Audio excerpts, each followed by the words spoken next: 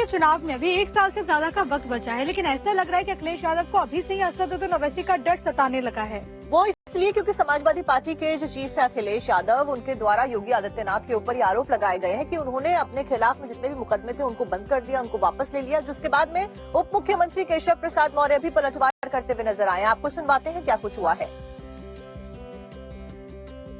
UP में सरकार बनाने और बिगाड़ने में मुस्लिम वोटरों का अहम रोल होता है। ऐसे में जब यूपी AIMIM ने अकेले 200 सीटों पर चुनाव लड़ने की बात कह दी है, हालांकि इस पार्टी के मुखिया असदुद्दीन ओवैसी ने अभी तक मुहर नहीं लगाई है, लेकिन BMC समेत महाराष्ट्र के नगर निकाय चुनाव में जिस तरह से ओवैसी की पार्टी को कामयाबी मिली है, उससे अब तक अखिलेश यादव को भी मुस्लिम वोट खिसकने का डर सताने लगा है।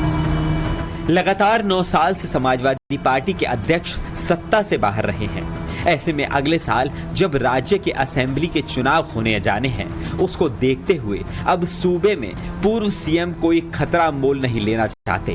रिपोर्ट के मुताबिक बैरिस्टर बाबू का मुकाबला करने के लिए SP मुखिया ने पूर्व कांग्रेस नेता नसीमुद्दीन सिद्दीकी को मैदान में उतारने की तैयारी कर ली है। नसीमुद्दीन को समाजवादी पार्टी मुस्लिम चेहरे के तौर पर पेश कर सकती है। ऐसे में अटकलें लगाई जा रही हैं। अखिलेश यादव अपनी मौजूदगी में नसीमुद्दीन को पार्टी ज्वाइन करा सकते हैं। साल 2019 में बीजेपी का मुकाबला करने के लिए अखिलेश यादव ने मायावती की पार्टी BSP के साथ मिलकर विधानसभा का चुनाव लड़ा था और फिर वे सत्ता से दूर हो गए। और जब अब BSP सुप्रीमो ने PDA का मुकाबला करने के लिए ब्राह्मण, दलित और मुस्लिम यानी BDM का कार्ड खेला है, तो ऐसे में अखिलेश यादव के सामने BDM का भी फियर फैक्टर है। लेकिन अखिलेश के लिए ज्यादा चुनौती राजनीति के भाईजान हैं, जो अखिलेश का सियासी समीकरण बिगाड़ सकते हैं। ऐसे में अखिलेश भी अब नसीमुद्दीन के चेहरे पर सत्ता में वापसी के लिए सियासी सपना बुनाने लगे हैं। अखिलेश यादव ने लॉ एंड ऑर्डर को लेकर अब मुख्यमंत्री योगी आदित्यनाथ को भी कटघरे में खड़ा कर दिया है। अखिलेश यादव ने हमें बड़ा आरोप लगाते हुए कहा है कि जितने मामले योगी आदित्यनाथ के खिलाफ दर्ज थे, उन्होंने उसे वापस ले लिया। हालांकि अब इस पर केशव प्रसाद मौर्य ने भी पलटवार किया है। खुद दिखाते हैं पूरी खबर इस रिपोर्ट में। अखिलेश यादव ने इटावा में मीडिया से बातचीत में यूपी पुलिस पर बड़ा आरोप लगाया और कहा कि यूपी पुलिस अब बीजेपी की कार्यकर्ता बन गई है।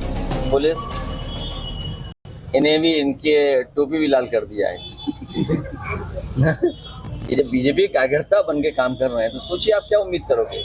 जब लॉ एंड ऑर्डर उनके हाथ में है, उन्हें न्याय देना चाहिए और न्याय नहीं दे पा रहे तो बताओ क्या करें, लाल टोपी पहन लें या भगवा टोपी पहन लें। SP अध्यक्ष के इस हमले का जवाब मुख्यमंत्री योगी आदित्यनाथ के डिप्टी ने दिया। जब से बिहार हार के आए हैं, तब से उनका मानसिक संतुलन बिगड़ा हुआ, उल्टी सीधी बातें करते हैं। जब वह सरकार में थे 2012 से 2017 तक उत्तर प्रदेश को बर्बाद कर दिया, अपराधियों को संरक्षण दिया, कानून व्यवस्था ध्वस्त थी, दंगों की आग में मेरा उत्तर प्रदेश झुलस रहा था। मुख्यमंत्री रहते हुए उन्होंने सिमी के आतंकवादियों के मुकदमे वापस लिए। हाई कोर्ट ने इनकार किया, बाद में मुकदमा चला, उसमें कई को फांसी हुई, कई को आजीवन कारावास हुआ। वह भ्रष्टाचार के दलदल में डूबे हुए दलों के साथ जुड़े हैं। वो स्वयं तमाम भ्रष्टाचार के आरोपों में उनकी सरकार घिरी हुई है। हमारी सरकार भ्रष्टाचारियों के खिलाफ सख्त है। जब भी भ्रष्टाचार करने वालों के खिलाफ कार्रवाई होती है तो तिलमिलाहट श्री अखिलेश यादव जी को होती है।